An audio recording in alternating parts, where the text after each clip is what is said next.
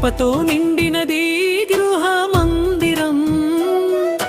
రామచంద్రయ్య రాజిత గారి జీవితం ప్రభు చేతిలో వెలిగే సాక్ష్యం.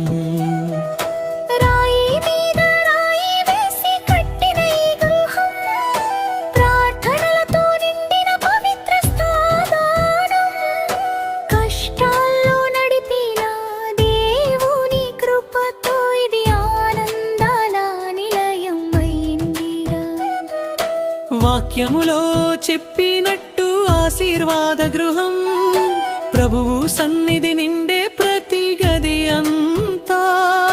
ప్రేమతో జీవించే కుటుంబ సౌభాగ్యం, శాంతి సుఖాలతో నిండే ఈ మందిరం. ప్రతి ఉదయం స్తోత్రగానం వినిపించాలి, ప్రతి సాయంత్రం ప్రార్థన వెలిగించాలి. ఈ ఇంటిలో దేవుని మహిమ వెలుగాలి, తరతరాలకు కృపలు కొనసాగాలి. హరణం హరణం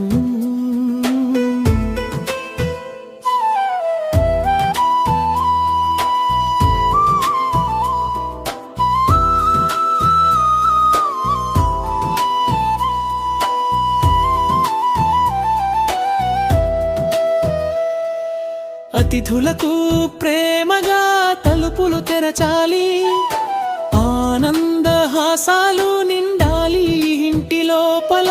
ప్రభునామమే ఆధారం ఈ గృహానికి, నిత్య ఆశీర్వాదం ఉండాలి జీవితానికి.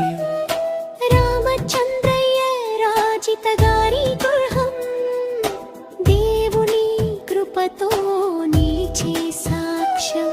ఈ ఇంటిలో నిత్యం ఆనంద గీతం, ప్రభుని మహిమతో నిండాలి జీవితం.